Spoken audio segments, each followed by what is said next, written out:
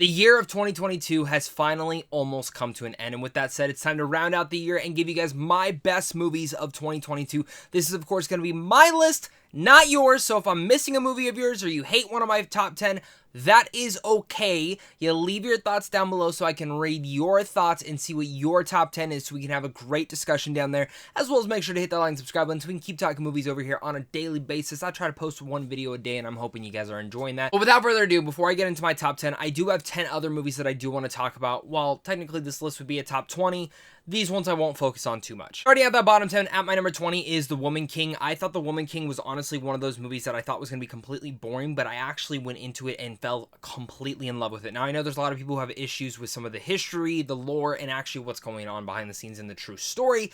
I've looked into that, I've read it, I've seen your comments, I understand that, but I do think the film establishes enough of that, and truly enough for me, what Gina Blythewood was able to do as a director really stood out to me, and specifically a lot of the performances. This is a movie that has not escaped my mind the entire time I've watched it, and I'm really happy that we got a film like this year. And at my number 19 is Prey. Now, as a giant Predator fan, I never thought we were going to get another Predator movie after that last shit box that came out, but then Prey comes out of nowhere, and it is stellar. The only bad thing about this movie was that the fact that it was not in theaters. I get it premiered on Hulu, it was awesome, I was very lucky and fortunate to watch it there, and that we even got this movie, but again, this is a movie that I wish I could have seen in theaters. At number 18, we have Bones in All, Timothy Chalamet, Taylor Russell, and an amazing other cast members. This is a cannibal love story that I didn't really know what to expect, but I knew it was directed by Luca Guadagnino, and if you've ever watched one of his movies, as gruesome, as gory, as bloody, and as weird as they can get, there is always a heart to each and every one of them, and truly enough, Bones and All did have that, and was one of the most gorgeous movies of 2022. At my number 17 is Puss Boots: The Last Wish. If you told me 2 years ago when I heard about this movie that this would be in my top 20, I would tell you you are insane,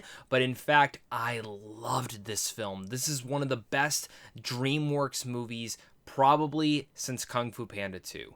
And I'm a major fan of Kung Fu Panda 2, but I was surprised to see that a spin-off to the Shrek franchise, as well as a sequel to a spin-off that was really not that great, turned out to be this good. The animation is stunning, the character development is great, and the story that they actually take here with life and death is very important, and truly enough stood out the most to me overall. Another movie that talked about morality and death is Pinocchio. Not the Tom Hanks one, Del Toro's Pinocchio. I love this movie, and arguably the only reason it did not shift into my top 10 is, sadly, this was the only movie I did not find enough time to actually go back and rewatch. I've only seen the movie once so far, but I did end up loving this movie, and I found, even though maybe there were some drags and pacing here and there, this movie has not just gorgeous animation, but truly enough, a gorgeous story about the morality and death, and truly much the question, what happens if Pinocchio dies? What happens to him? Where does that go? What lessons can be learned there? And while this is, again, not your typical Pinocchio story you've seen before,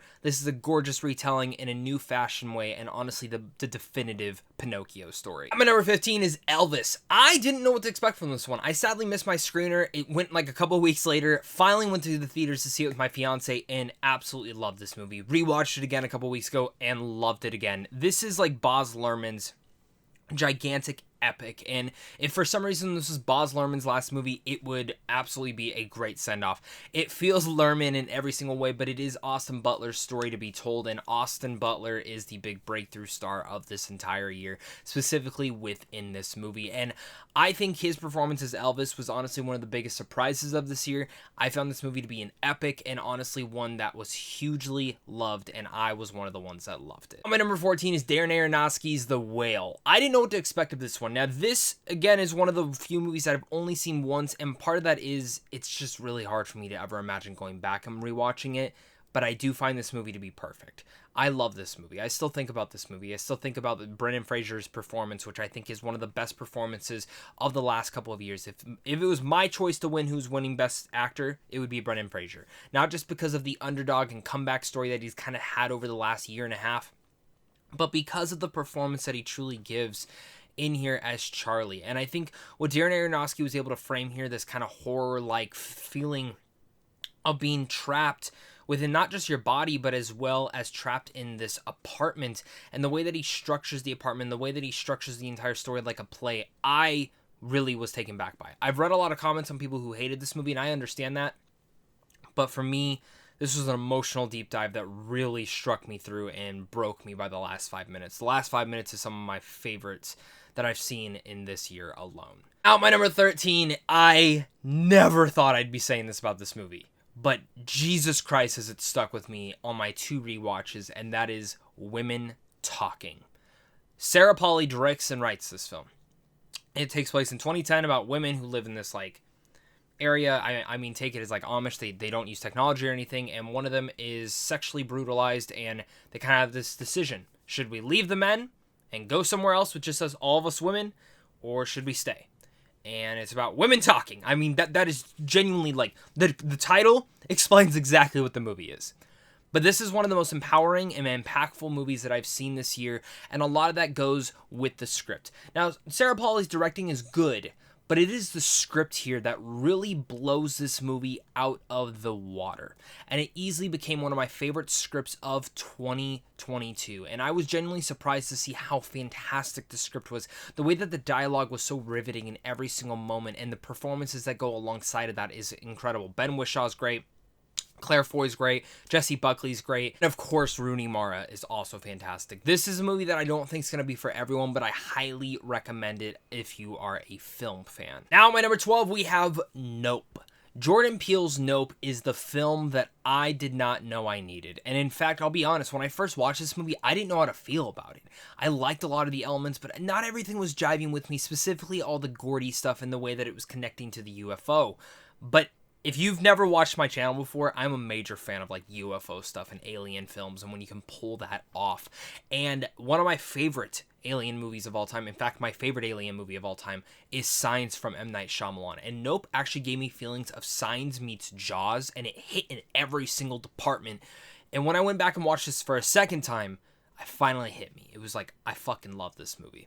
And then I saw it again, and I loved it even more. And I've seen this movie so many times this year that I just keep thinking about the certain moments in here. Keke Palmer, Daniel Kaluuya are incredible in here. But truly enough, the way that they framed the UFO, the way that Jordan Peele framed everything with that was stunning, horrifying. I'm getting goosebumps even thinking about the first time that you see it go over the hill. It's just so subtly, it's oh, yeah, fuck that. I'm leaving. My number 11 is RRR. God, did I love this movie. This is one of the best movies that I've seen this year, and I think it is hands down a must-see. I'm so sad that I never got to see it in theaters. I'm sad that it never came to Arizona in theaters. At least from what I could see, it was only playing for such a limited time that I did not even have time to go. But this is one of my favorite films of this year, and it was really hard to not put this into my top 10. In fact, I rewatched every single thing in my top 10, and this was the one movie that I was going back and forth with my number 10, but I know it'll probably end up being in a lot of your top 10s. Just know that I loved RRR for what it was, and I think it is one of the coolest movies I've seen this year. I just put up a review of this movie, so I have a lot more thoughts on that. I don't want to get into too much spoilers. All I'll say is that if you're looking for an international movie that needs all the love, this is the movie that deserves it. If you're looking to only watch one this year, it's this film. It's on Netflix.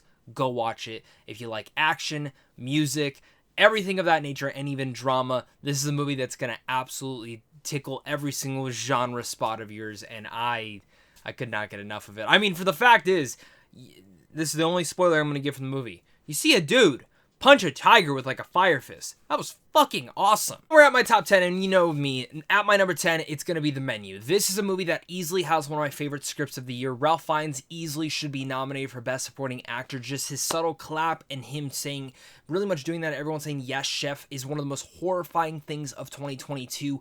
But the reason that I love this movie is that the way that it's actually a comedic satire on obsession.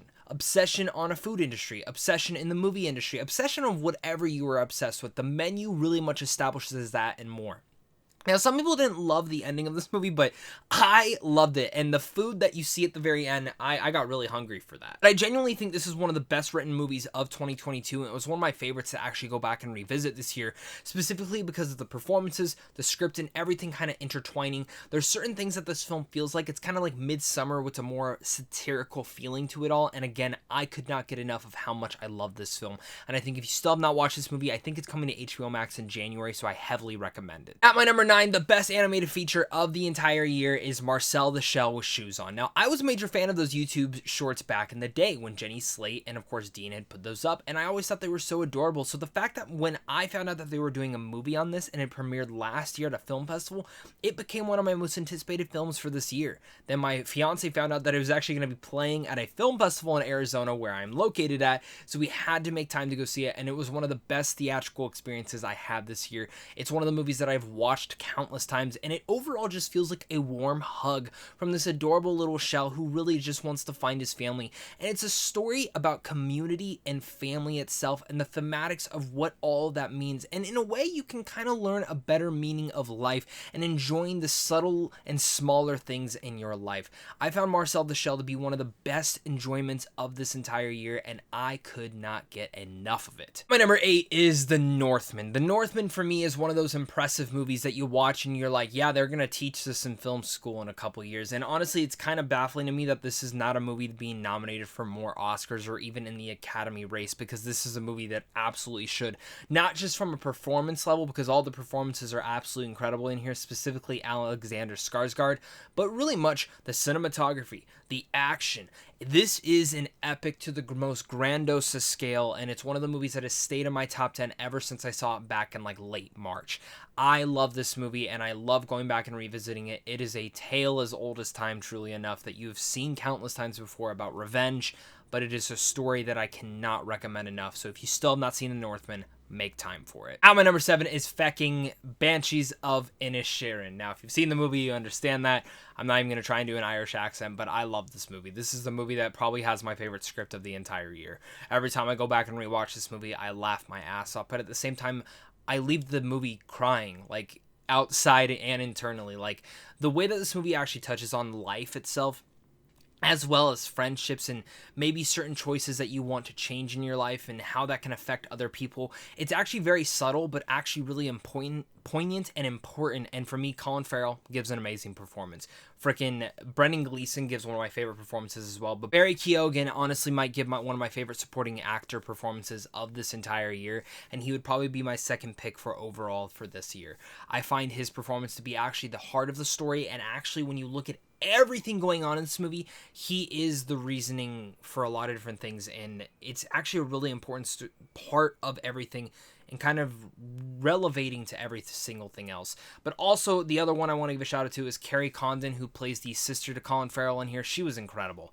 I cannot get enough of this movie, and I think it's, again, one of the best movies of 2022. It's not the most joyous experience. It's a very bleak one, but it's one that I couldn't get enough of. Now, my number 6 is Glass Onion, the Knives Out sequel, and honestly, I adored this movie. I've seen it twice now, and a second rewatch makes me even love this movie more. Sometimes that kind of can be a detriment to a lot of whodunits, is when you go back to watch this for a second time, is kind of playing along to see, okay, now I know what's going to be happening. Can I pick out these clues before it actually happens, like Daniel Craig's Blanc usually does?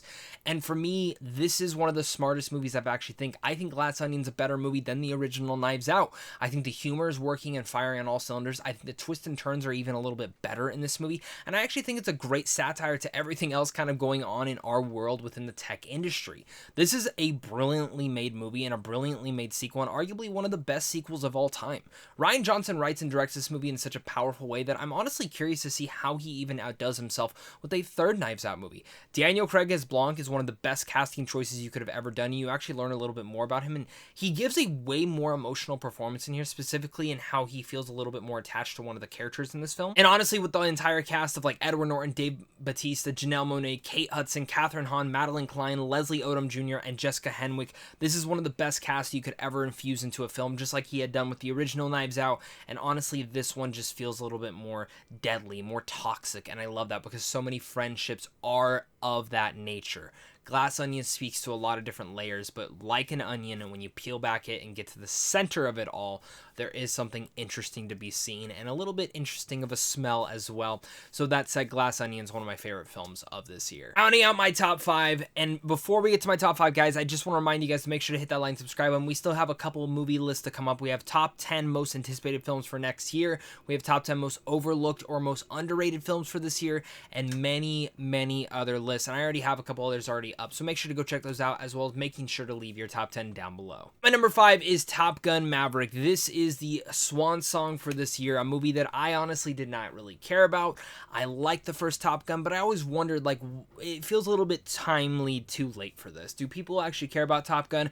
Oh yeah, at the timing of filming this video, it's still the highest grossing film of the year.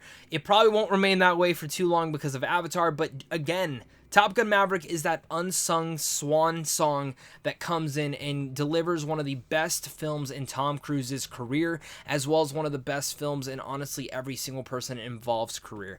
It's one of the best sequels of all time. It is 10 times better than the original Top Gun, and I can really state that as well, because I like the first one. This one is incredible in every single way. It's from the aerial action scenes that they really went all out on. Joseph Kosinski's directing for those scenes, as well as directing for the entire story, which really in a way is a subtle and simple story, but elevated to all the biggest standards because of the performance, the directing, and everything of that way, and the way that it kind of ties back to the original Top Gun, as well as everything going on now. This is one of those movies that I was really impressed with, and also surprised by how much I loved it. Tom Cruise gives probably one of my top 3 performances in his entire career. That is saying a lot because Tom Cruise is an excellent actor.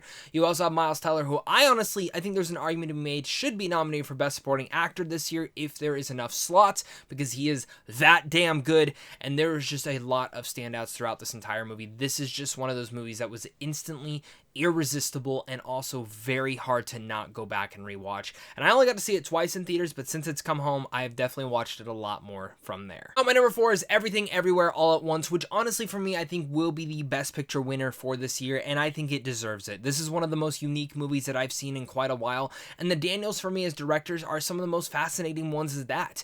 I love what they did with Swiss Army Man, but the fact that they were able to double down and go even bigger with a film like this that touches on the multiverse saga, and honestly, I think we can all say this is a better multiverse movie in every way. Specifically in a year where we got Multiverse of Madness with Doctor Strange and Everything Everywhere All at Once. This is a movie that really took me back by storm, and Michelle Yeoh is absolutely phenomenal in here. I think she honestly gives one of my favorite performances of the last few years, and it's really much between her and Margot Robbie for me for Best Actress. It's Ki Ha Kwan, who for me might be the underdog of this entire year and is my personal pick for Best Supporting Actor. I think he, coming back from not really acting in anything and now doing this movie and being the big standout of it, having amazing action in every single one of the set pieces, but the subtlety of it all.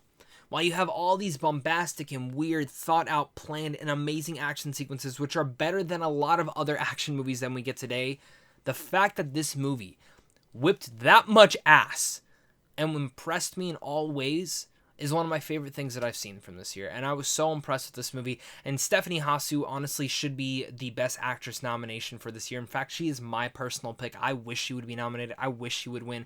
I was so impressed with her performance. I've loved her in Miss Maisel so far, and I've loved her in this movie. This is just one of those movies that is weird as it can get.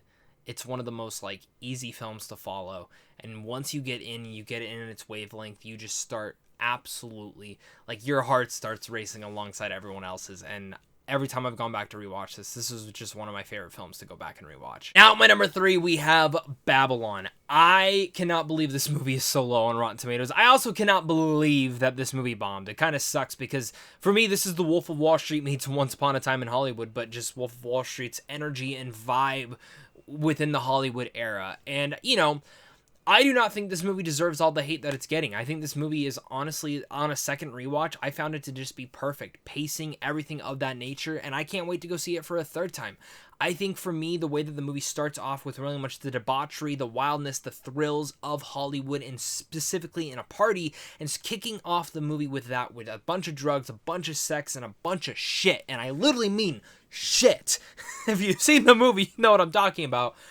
But then from there, I was expecting that same vibe throughout the rest of the movie.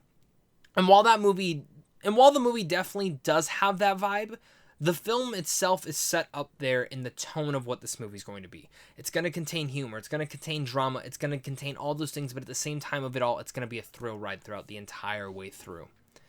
But the thing that surprised me so much was that this movie actually had a lot more to say, specifically in watching the transition from silent films to sound. And you don't really see that in a lot of different movies. And when you do, sometimes it's not done in a right way. And I think Babylon did it in a humorous way, but at the same time, as a very emotional way. Because there's a moment in here where you see Margot Robbie's character acting for the first time on a sound set, and if you've seen the film, quiet on set, you will never hear the same way again, because it is one of the best moments in film this year, and you'll laugh your ass off. But the film itself is emotional in that, because you really much follow 3 stars throughout this. You follow Margot Robbie's character, Diego Calva, and Brad Pitt. Margot Robbie is this new coming up and star, kind of like a Marilyn Monroe, who's going to get all these roles, but maybe Hollywood kind of takes her in and spits her back out right when they don't need her. Brad Pitt, an ageless star, someone who everyone loves, but what happens when he can't actually act in sounds? For me, that transition was one of the most emotional parts of the entire film, and Diego Calva is a character who comes in and gets pushed into Hollywood and wants to do all these different things and loves movies for what they are, but maybe becomes the person that he hates the most.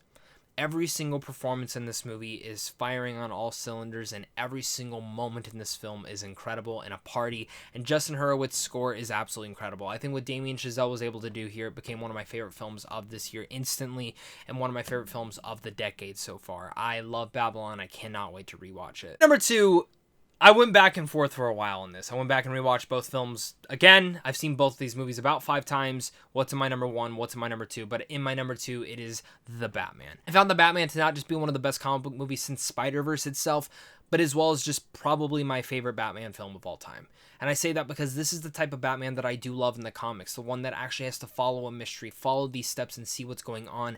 And the way that Matt Reeves actually directed this movie is in one of the most important and poignant ways that we've ever seen in the comic book genre. This is and was my most anticipated film of all time. Director, actor, writers, everyone involved, I just could not get even more. I kept getting more and more excited. You see the screen test with the suit coming out and Michael Giacchino's score, which is probably and arguably my favorite score of this entire year. This is a movie that we just don't get enough nowadays. And it's a comic book movie that I think blows the water out of every other comic book movie that we've seen in the last few years, specifically in the way that it's really grounded and really touches into a more dramatic and thrilling aspect like the film Seven. I think Robert Pattinson for me is one of the most definitive Batmans that we've seen yet. He plays a very much more younger one, and I love seeing that aspect of it, but I think his performance is absolutely terrifying. There's not enough of him in Bruce Wayne, but it really is a full-on Batman movie where that is the alter ego that he just believes is what he is on this world to do. Zoe Kravitz is absolutely great as Catwoman. Colin Farrell, once again, just as he was in Banshees, is incredible, and this is the Penguin, and I honestly think Paul Dano gives one of the best performances of the year within the Riddler. I could not express my love enough for this movie. It's perfect. It's a masterpiece, and I think this is the best Batman film yet. Holy shit. At my number 1, it is Avatar: The Way of Water. I've seen this movie 5 times, and I'm actually really sad that I have not had time to go see it again, because I want to see it again and again. I literally think I'm going to get AMC A-list so I can just go at least see this once or twice a week, because I'm obsessed with this movie. Just as I was with the original movie when I was younger, and sadly could not go back and rewatch it as many times as I wanted to in the theater, so I definitely took advantage of that this year when it was re-released. But Avatar: The Way of the Water is not going to be for everyone, but it's my favorite film of this year, and it's my favorite film of the decade so far. It's everything that I expect and want from a sci-fi blockbuster, and it's something that James Cameron just gets. The way that he transports me to a world of Pandora and really much displays all aspects of this world in such a unique and amazing way, and specifically someone for me who is obsessed with the ocean, The Way of Water really much touches on that and more. What I love about this movie is that this is a movie that has thematics of family, and not just about saving the planet and saving the whales, because those themes are there. But in the first movie, one of my biggest things with that film is that I felt like the pacing was so long and sometimes a little bit slow, because we're always flashing back from the humans to the avatars. In this film, the pacing is at a perfect tempo. Right when you think it's getting slow, it picks back up. And the second it's going a little bit too fast, it slows back down and gives you enough character development to really, again, not just care about Jake and Neytiri like we have, but care about all the other characters, specifically the children in here, which is the Sully's family. And they say Sully stick together. I was not expecting that. I was not expecting to get so gripped with that kids and all the kids in nature, because each and every one I like for a different reason, and none of them ever got gritting or annoying. I even like Spider, for hell. Taking away from Spider when you have Tuk, and Kitty, and you even have Nateum, all of their kids, there's something amazing to each and every one of them. There's a story between each and every one of them, whether it's just they're cute, or they're kind of the mess up of the family, or the thought out best son in the world, or maybe the weirdo of the family who maybe has a little bit more of an interesting secrets that we're trying to find out and will be explored in future films. These are things that I was not expecting to love, but I love that this film was more framed on the kids, and in a way, this isn't just like how the first movie was really much Jake learning about Pandora. This is a coming-of-age film for these kids to learn about the way of the water and learn about more aspects of Pandora just as we do through their eyes. And we're able to appreciate Pandora in a more unique and amazing way, and that is not something that I was expecting from this movie. I loved Avatar: The Way of the Water, and specifically that third act is so freaking amazing. Just, if you've seen the movie, you know when it says, all right, let's get it done. And Sam Worthington's line right there. Perfection.